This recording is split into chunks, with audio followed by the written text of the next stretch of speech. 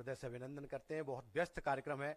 15 तारीख को माननीय प्रधानमंत्री का कार्यक्रम है और उनको आज जाना है, लेकिन उन्होंने हमें समय दिया और मंच पर उपस्थित हो, इस सभागार में उपस्थित माननीय मुख्यमंत्री जी के बारे में मैं कहना चाहूंगा कि वो ऐसे मुख्यमंत्री हैं। मुझे लोगों ने कहा कि भोपाल को आपने नारी शक्ति के लिए क्यों चुना। मैंने कहा वो ऐसे हस्ताक्षर हैं जिन्होंने सबसे पहले मध्य प्रदेश में नारी सशक्तिकरण के लिए जो देश में काम किया है। इतिहास को याद रखेगा, लाडली लक्ष्मी योजना से लेकर कई योजनाएं पूरे भारत के कई राज्यों ने उनके को अनुसरण किया है, इसीलिए हम उनका अभिनंदन करते हैं। और जब भी इतिहास से लिखा जाएगा नारी सशक्तिकरण के इतिहास में आदरणीय शिवराज जी का नाम स्वर्ण अक्षरों में लिखा जाएगा। ऐसे मुख्यमंत्री का अभिनंदन है।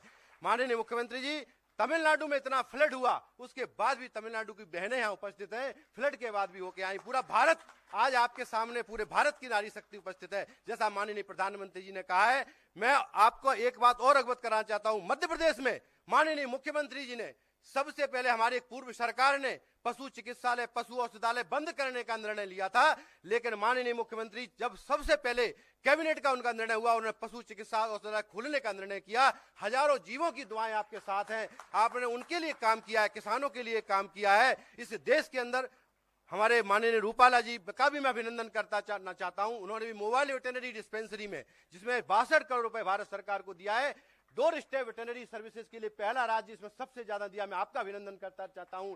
चतुर्वेदी सर, आपका अभिनंदन करना चाहता हूं। मैं आपको आश्वस्त करता हूं कि 2 दिन के इस अधिवेशन में हम लोग जो पूरे देश की लेडी वेटेरियंस वो फील्ड में है, एजुकेशनिस्ट है, रिसर्च है, सभी लोग मंथन करने वाले हैं और एक सरकार को एक सुझाव और मार्गदर्शन भी देंगे। और मुझे पता है कि आने वाले समय में, मैंने कहा है कि विजन 2030, माननीय प्रधानमंत्री जी ने कहा है कि भारत में अगर कृषि की आय दोगुनी करना है तो पशुपालन को आगे बढ़ाना होगा। और हम सब लोग आपको निश्चित करते हैं कि 2030 विजन और मिशन और एक्शन के साथ आज देश के पॉलिटिकल एग्जीक्यूटिव, ब्यूरोक्रेटिक एग्जीक्यूटिव और देश के लेडी वेटेरियन से लेके आज हमारे साथ में है, हम आपको आश्वस्त करते हैं कि 2030 तक इसको पूरा करके दिखाएंगे। अभी हमारे गृह मंत्री अमित शाह जी ने कहा था, मैं भाषण सुन रहा था, सहकारिता के क्षेत्र में अमूल जो है भारत का महिला सशक्तिकरण का अगर कहीं कोई उदाहरण है तो अमूल है इस देश के अंदर।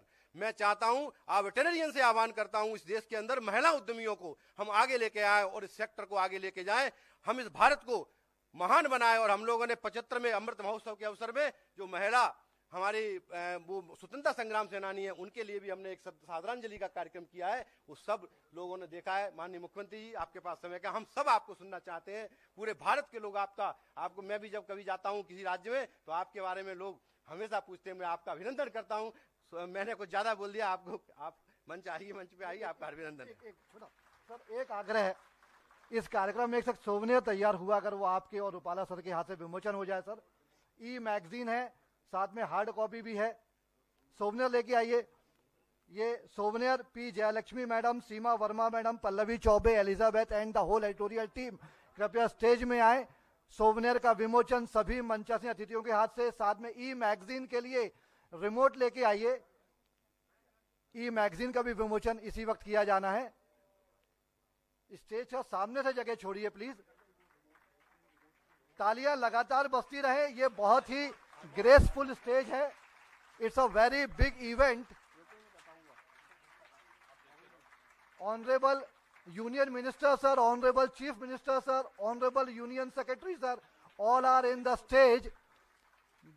The e-magazine and the souvenir is being inaugurated at this occasion.